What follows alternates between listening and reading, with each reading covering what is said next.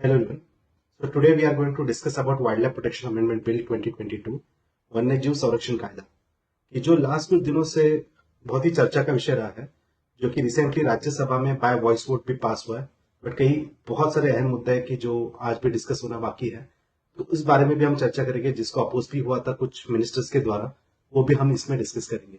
पर शुरू करने से पहले बता देता हूं आपको कि जैसे ये पिलर 1 होगा एक्ट्स एंड पॉलिसीज, इसमें आने वाले कुछ सेशंस में हम जो भी एक्ट आप सामने देख पा रहे हो, जो कि मोस्ट इंपॉर्टेंट एग्जाम के दौर पे, तो ये पिलर 1 होगा जो हम कवर करेंगे अपकमिंग सेशंस में। तो इसके सभी सेशंस आपको एक प्लेलिस्ट में अवेलेबल होंगे, तो इसके आप सब्सक्राइब करके रखो so that you will get the notification. Okay, तो आज हम इस पिलर 1 में पहला एक्ट देखने जा रहे हैं, वाइल्ड लाइफ प्रोटेक्शन एक्ट, जो कि न्यूज में भी था और जस्ट पास भी हुआ राज्यसभा के द्वारा बाय वॉइस वोट। तो ये वॉइस वोट क्या होता है? तो इट्स सिंपली ओरल, एक प्रकार से वोटिंग लिया जाता है, जिसमें जो इस बिल के फेवर में है वो यस का है, जो नहीं है वो नो का है। ओके, तो इस प्रकार से यस कहने वाले तो वो ज्यादा हो गए, ज्यादा थे, मेजोरिटी थी, तो इसलिए इस बिल को पास किया गया।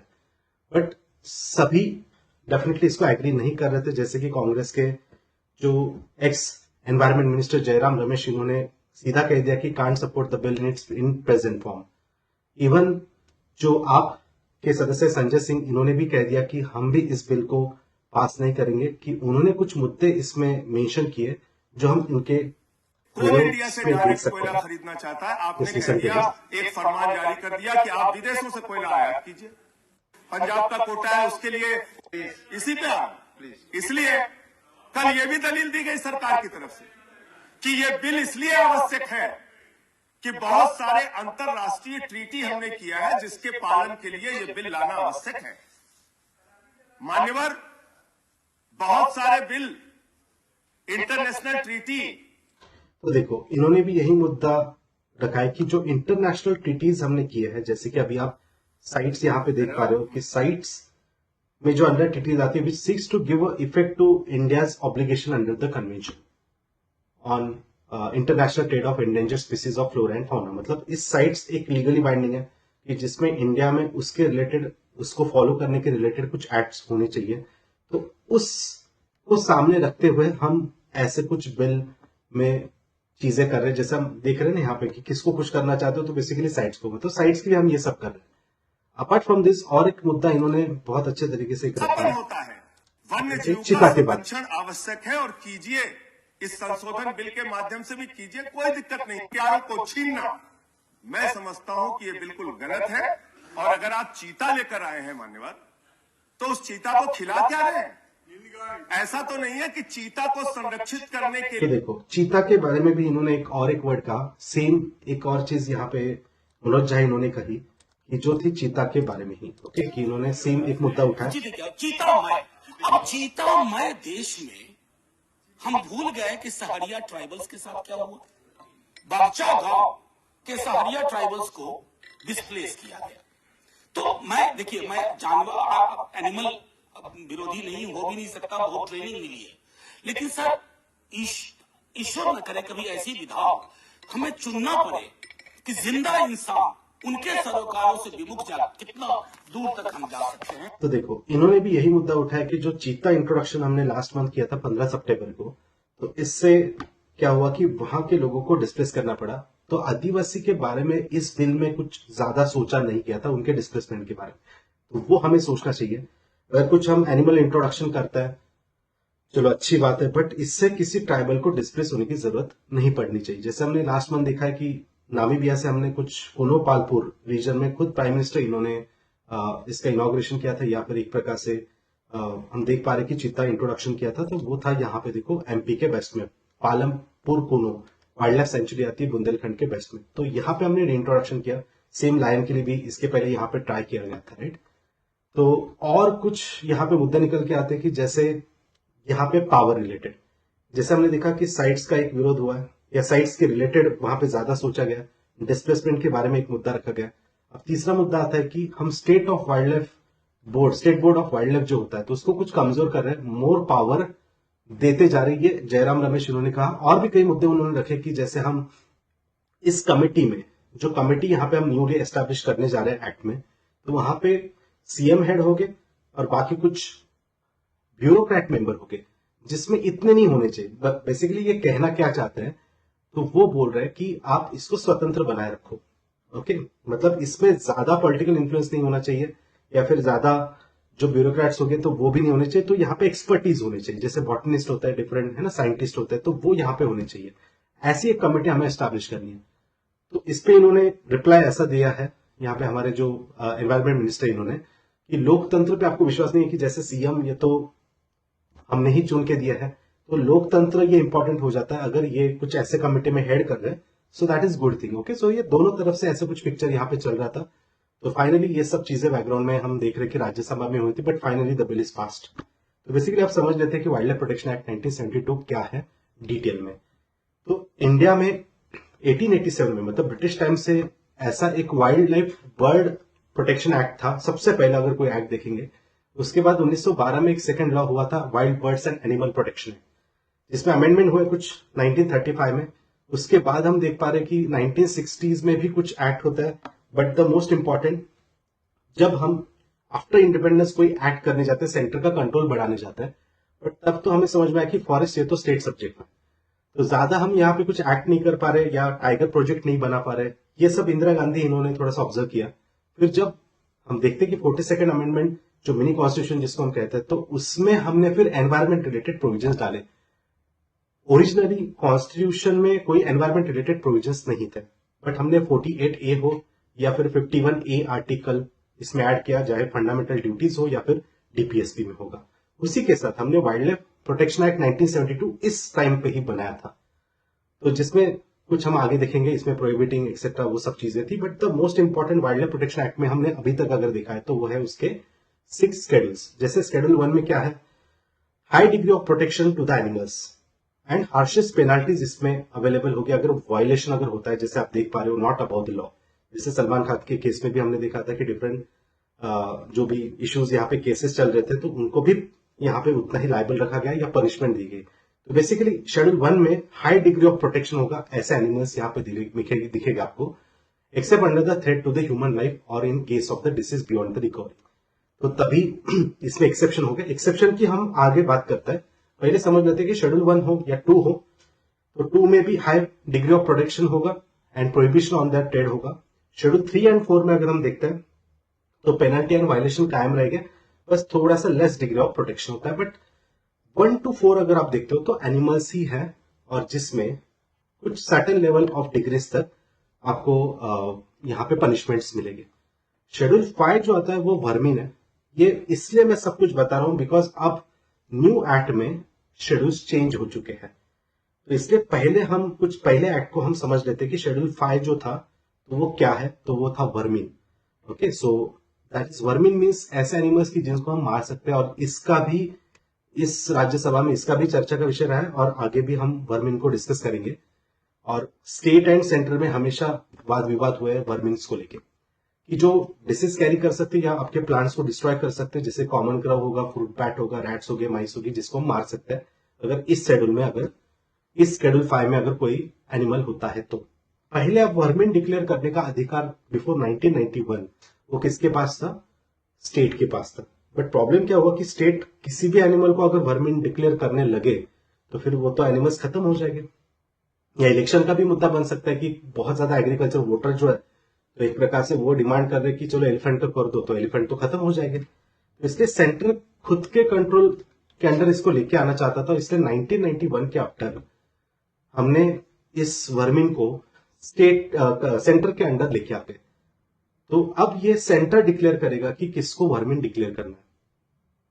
इवन इस राज्यसभा के इस बिल के दौरान भी ये भूपेंद्र यादव इन्होंने भी सेम यहाँ पे बात बताई कि हर यही जब मुद्दा उठाया गया कि वर्मिन स्टेट के अंडर लेके आ जाओ, तो उसको उन्होंने सीधा कह दिया कि फिर से ये मुद्दे लेने की जरूरत नहीं है, लाने की जरूरत नहीं है।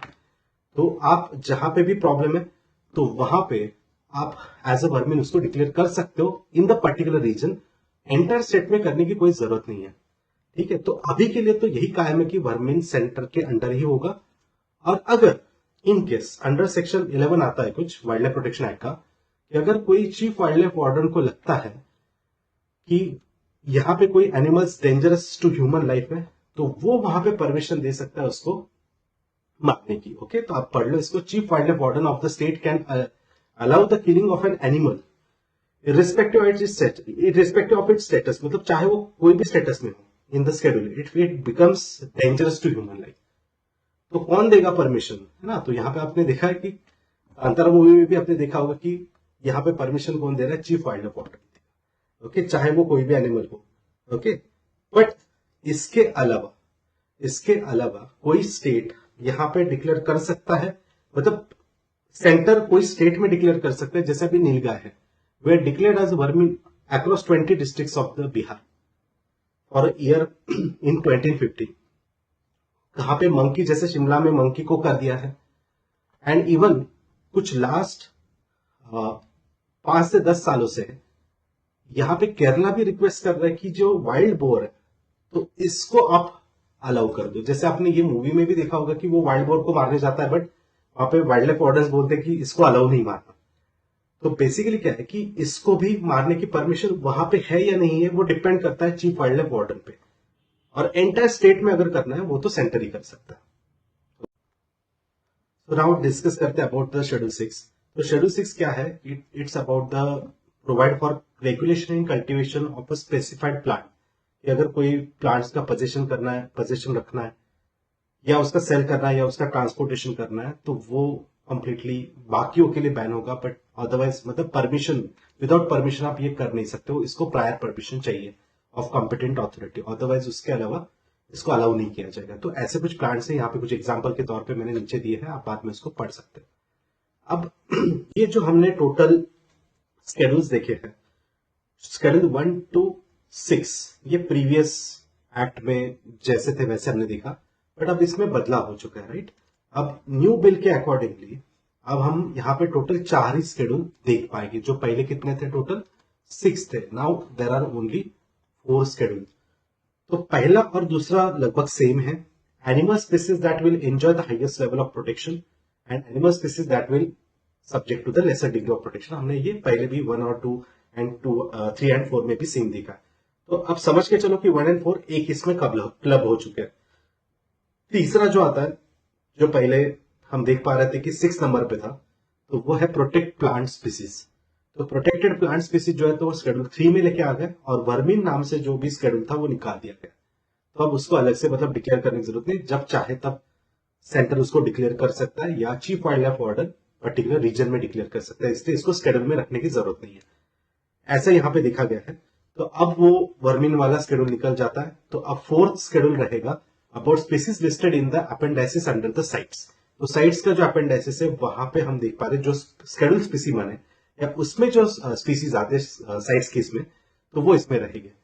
तो साइट्स है क्या बेसिकली ना, क्योंकि बहुत टाइम से हम साइट्स के बारे में देख रहे हैं। तो साइट्स ये 1963 में एक प्रकार से एक रेजोल्यूशन से, आईयूसीएन का एक रेजोल्यूशन था, आईयूसीएन की मीटिंग हुई थी, international union for conservation of nature. तो इनके मीटिंग के अंडर ये साइट्स निकल के आता है, और इसका एनफोर्समेंट होता है 1975 में, जिसका secretariat administered by the UNEP, जो कि है जिनीवा स्विट्जरलैंड में। ओके, और ये इंटरनेशनल जो ट्रेड होते हैं ना एनिमल्स के, तो उसको रेगुलेट करता है। जैसे अभी इंडिया को चीता लाना था नामीबिया से, तो उसकी जो परमिशन है वो साइड देगा। तो इंटरनेशनल ट्रेड से स्पीसीज को अफेक्ट ना हो, चाहे वो फ्लोरा स्पीसीज हो या फौना स्पीसीज हो, तो ये लीगली बाइंडिंग होगा। मतलब इसके मेंबर वही बन सकते कि जिनके कंट्रीज में ऐसे कुछ एक्ट है, wild life conservation related act या प्रोटेक्शन रिलेटेड एक्ट, इसलिए it is known as legally binding, but it do not take a place of the national law. तो ऐसा ही एक स्टेटमेंट आप याद रखो। Then India is a signatory to CITES, yes definitely we are signatory. And अभी जो इसका मीटिंग हुआ था वो पनामा में हुआ था, उसको भी याद रखो, उसके आगे भी हम चर्चा करेंगे। इसके अलावा और क्या अमेंडमेंट्स आ गए ये एक्ट में, तो जैसे हमने पहला मुद्दा तो देख लिया, न्यू शेड्यूल हमने ऐड कर दिया as a 4th schedule in wild life protection act. Then after that हमने देखा स्टैंडिंग कमेटी एक होगी, जो हमें न्यू अमेंडमेंट करेंगे हम, standing committee to exercise the such powers and duties as may be delegated to it by the state board of wild life. Section 43 नाम से कुछ है कि जहां पे elephant permitted the use of elephant for religious और any other purpose. Okay, तो अब यही इसी मुद्दे पे लेके जयराम रमेश इन्होंने भी बहुत अपोज किया था, कि जिसमें उन्होंने कहा कि फिर ये एनी अदर पर्पस क्या होता है ना, तो वो भी नहीं होना चाहिए। मतलब ऐसे एनी अदर पर्पज, मतलब फिर आप कमर्शियल को बढ़ावा दे रहे हो। और रिलीजियस ये वर्ड रखा है तो रिलीजियस भी एक मुद्दा हो जाता है आपके रिलीजियस चीजों का। तो एक्ट में अगर हम रिलीजियस मुद्दा रख रहे हैं, बट उन्होंने भूपेंद्र यादव, उन्होंने एनवायरमेंटल जो मिनिस्टर हमारे, तो उन्होंने सीधा कह दिया कि वो तो कमिटी ने यहाँ पे बताया गया था, तो कमिटी के द्वारा बताया, तो जैसे का वैसा मैंने रखा है। तो exception for live elephant, the bill allows commercial trade in the live elephants and the bill therefore allows the commercial trade in the elephants also। तो एक प्रकार से वो भी मुद्दा यहाँ पे रह ही गया है। Then after that central government to appoint a management authority, तो सेंट्रल गवर्नमेंट एक मैनेजमेंट अथॉरिटी रखेगी जिससे ये मैनेजमेंट हो सकता है। तो एलिफेंट का मुद्दा हमेशा रहा है कि ह्यूमन एनिमल कॉन्फ्लिक्ट में, अगर देखा जाए इंडिया में सबसे ज्यादा जो डेथ होती है ह्यूमन एनिमल कॉन्फ्लिक्ट से, तो वो होती है एलिफेंट के थ्रू। तो पहले 27 में इसको कैटल एज अ घोषित किया था। 1972 के एक्ट के अंडर इसको along with bullock, camel etcetera vehicle as a declare किया था। और ये वाइल्ड लाइफ प्रोटेक्शन एक्ट में ओनली ऐसा एनिमल है कि जो स्केड्यूल 1 में भी है और जिसको हम लीगली ओन भी कर सकते हैं। समझ पा रहे हो? तो ये एक बहुत डिफरेंट फैक्ट है एलिफेंट रिलेटेड। बट अभी भी इसमें और ज्यादा चर्चा नहीं है। ह्यूमन एनिमल कॉन्फ्लिक्ट ये एक प्रकार से हम देख रहे हैं कि बैकलॉग ही रहा है इस एक्ट में। फिर आफ्टर दैट हम अभी थोड़ा सा यहाँ पे एम्पावर, सेंट्रल गवर्नमेंट को एम्पावर किया है to regulate and stop the import, export and possession of invasive plant. जैसे कि इन्वेजिव मतलब क्या होता है कि ऐसे प्लांट कि जो वहां पे नेटिव प्लांट्स को बर्बाद कर सकते हैं। मतलब कुछ बाहर से इंट्रोड्यूस होता है और वहां आने के बाद वो नेटिव प्लांट को बर्बाद करेंगे। तो इस प्रकार से ये अमेंडमेंट इसमें हुआ है। Then to allow the central government to appoint a scientific authority, तो साइंटिफिक अथॉरिटी जो होती है तो वो भी अपॉइंट करने की यहाँ पे डायरेक्शन सेंट्रल गवर्नमेंट ने दिया है।